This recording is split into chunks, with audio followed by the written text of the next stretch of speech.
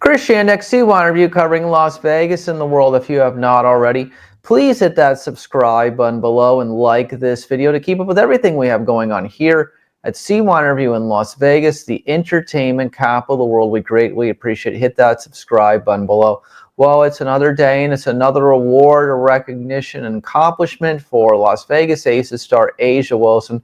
Congratulations, A'ja. You continue to show us that anything is possible beyond the basketball court. She is among Time's 2025 Women of the Year. She is joined by Academy Award nominated actress Nicole Kidman and gymnast Jordan Chiles among this year's honorees. And A'ja Wilson, as I always say, is one of the most prominent and important people in Las Vegas. No denying that. But aside from that, she's one of the most famous and accomplished athletes in the entire world, and she deserves every acclaim that she gets. Let's go down the list, as I always love to do. A multiple-time WNBA MVP, a multiple-time WNBA champion, 2 times with the Las Vegas Aces, of course, a 2-time Olympic gold medalist, a national championship with the University of South Carolina, an endorsement deal with Nike where she's got her own shoe and other gear with Nike, and she's had an endorsement deal with Ruffles chips, among other things. And I believe she, at the end of her career, could be considered the most accomplished woman to ever play the game of basketball. And of course, she is one of the most famous athletes, again, in the entire world. And congratulations, A'ja. Well deserved that you should be on this list. You can continue to inspire people everywhere, again, with your achievements on and off the basketball court. So what can A'ja do that she hasn't done yet? Well, this coming year, she could lead the Las Vegas Aces to their 3rd WNBA championship. The season starts on May 17th when the Las Vegas Aces visit the New York Liberty. And now we're going to play our past C1 review with A'ja before she ever played a minute for the Las Vegas Aces, coming up being the first draft pick in the WNBA draft. We spoke with A'ja back in 2018 about her hopes for her professional career. You can listen to our C1 review with her back then, before it all happened in her professional career. I'm Christian for C1 Review. If you haven't already, please hit the subscribe button below and like this video to keep up with everything we have going on here in C1 Review in Las Vegas and beyond. And please listen to our past C1 review with the great A'ja Wilson, who is now one of Time's 2025 Women of the Year. You're on CY Interview. This is Chris Yannick for C1 Interview. We're here today at the practice facilities for the Las Vegas Aces with A'ja Wilson, center, first-round pick, number 1 pick of the WNBA draft of 2018. A'ja, thank you so much for being here. How are you? I'm doing great. Thank you so much for having me. So let's just talk, beginning with this. With all the practicing you've done, and obviously you've got a chance to get on the court now, what have you learned about your game compared to when you were in college so far?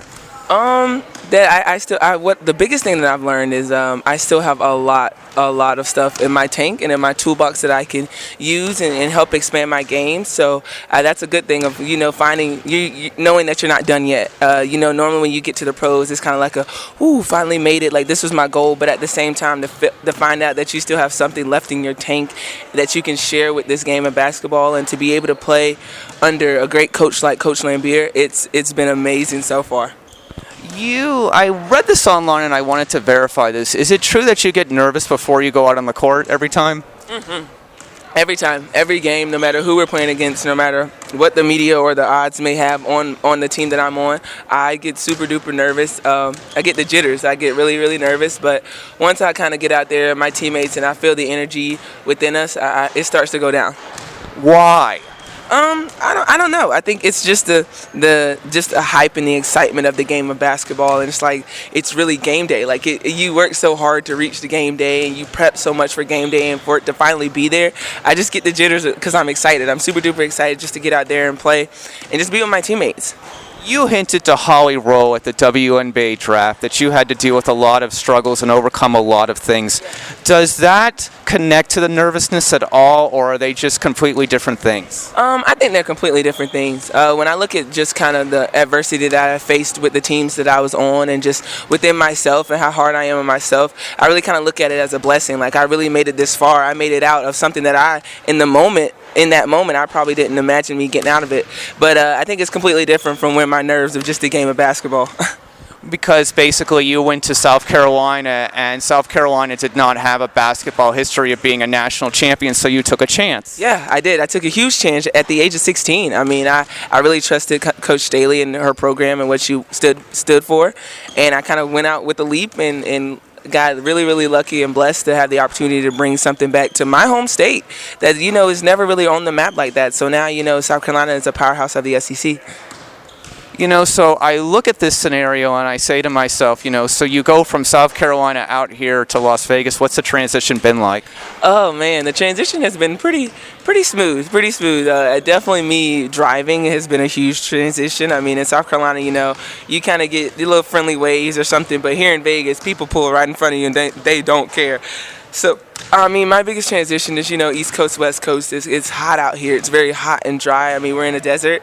But, I wouldn't trade it for the world. I love Vegas. I would have never imagined myself living in Vegas, but I'm happy to be here. How you present yourself, it seems like you are somebody who just wants to go out and play basketball, and all of those accolades that you have received are just kind of secondary. Is that fair to say? Oh yeah, definitely. My biggest thing, I don't go out saying I want to win this and that. I just go out there and have fun. I'm blessed with a great group of teammates and a coaching staff, and I take that and I just play off that. I feed off that. I think what you should love about living here, and what I love about living here, is that you kind of just get to be yourself here, and you just kind of get to find yourself. Have you enjoyed that? Yeah, definitely. And I think that also comes from just being a pro athlete. I mean, you have so much freedom. You have so much you're just free. Like, I mean, I look outside of my apartment and I see Topgolf. I see the Strip. Like, it's pretty amazing how nice this place really is. And it's not all about the entertainment or the nightlife of Vegas, but it's just the living style, the lifestyle of it. I really enjoy it. Okay, so here's something we're going to go back in time to. I would consider you for South Carolina. I'm a graduate of the University of Florida, was there when Tim Tebow was there. I consider you to be what you became at that university, to be the Tim Tebow of South Carolina. You were the face of your university, and you have become that. What has that really meant to you? Oh man, it's meant a lot to me, especially just being from South Carolina. That's my home state, born and raised, and for me to kind of become the face of a university, it's really something special, and I take a lot of pride in. I mean, I wherever I go, South Carolina is always going to be attached to me, and I love that. I love that feeling of it. I love that blessing, and just knowing that I made my home state. I brought my state together in a positive way of women's basketball. How will the first pro game, regular season game, be different than the first college game, you think? I'm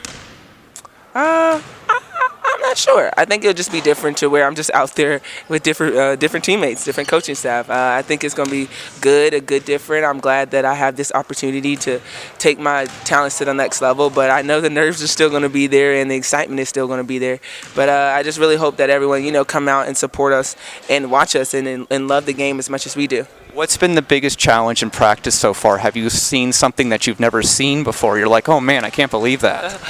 No, not really. I think my biggest challenge is, the pace of it. It's not necessarily the pace of up and down, but the pace of the information that you have to pick up, because we have our season's 3 months long, and we play probably every single week. So it's a shorter period of time that we have to get through.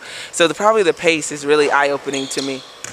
What I've learned in life is that you're never going to be able to please everyone. So my best advice to you is just seek out people who give you a positive influence. I think that's most important, because you probably see all the headlines, you see all the tweets, and you just kind of think to yourself, really, is this my life? But the most important thing is just to find the people who make you feel good, and all you can do is give your best effort. Yes, very true. Definitely. That is something that I really live by. I mean, you don't want to be necessarily just a great player, but you want to be a great person, and you surround yourself with great people, and that's something that I really do in my life.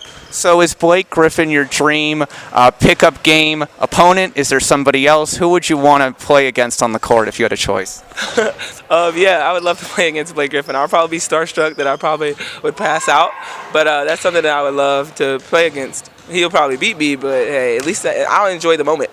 So when you got that message at the WNBA draft, it was super surprising. I thought it was going to be Coach Lambier, congratulating me, welcoming me to Vegas and the Aces. But no, it was Blake Griffin. So I was very caught off guard. I was super excited. I had to watch it like 5 times. And I can't even put into words how happy I was. I think I was the happiest girl on earth that night. Okay. You must be a really big fan of Fresh Prince of Bel-Air. Oh my goodness, I love Fresh Prince. Like my college intro handshake was Jazz and Fresh Prince. Their little clapping, the snap. I love Fresh Prince. I have all the seasons of them. I love Will Smith. So yes, I am a huge Fresh Prince fan. So, now you get these great opportunities to meet new people and socialize with new people. So who do you most want to meet? Will Smith. Easily. That is like, I mean, I've met Blake Griffin, so I'm kind of good. But like Will Smith, Will Smith is like my next person that I have to meet. Like sometimes I want to say Beyonce, but like Will Smith is right now. Will Smith is my number one person. He's just such a he's a great feeling person. Like he's humble and I just love him so much. I think that you have to realize at this point, though, I'm sure you think about South Carolina and Columbia about every maybe hour, other hour. You probably think about it. But I think what I can say to you is that you probably know that they're all paying attention and they're there with you even though they're not here. Yes, definitely. Gamecock Nation is always behind me, and then that's what I love about our fan base. And then I would say to you finally, what will it mean to be a college graduate? Oh man, it would mean a lot. I think that's kind of going to be the icing on the cake of my whole collegiate career, my whole student athlete career at South Carolina. So to be able to hear my name being called and walk across the stage is definitely going to be a top moment for me. Well, A'ja Wilson, thank you so much for your time today. Hang around with me for a moment, and thanks so much for being on CY Interview, and good luck this season. Thank you so much. Thank you for having me.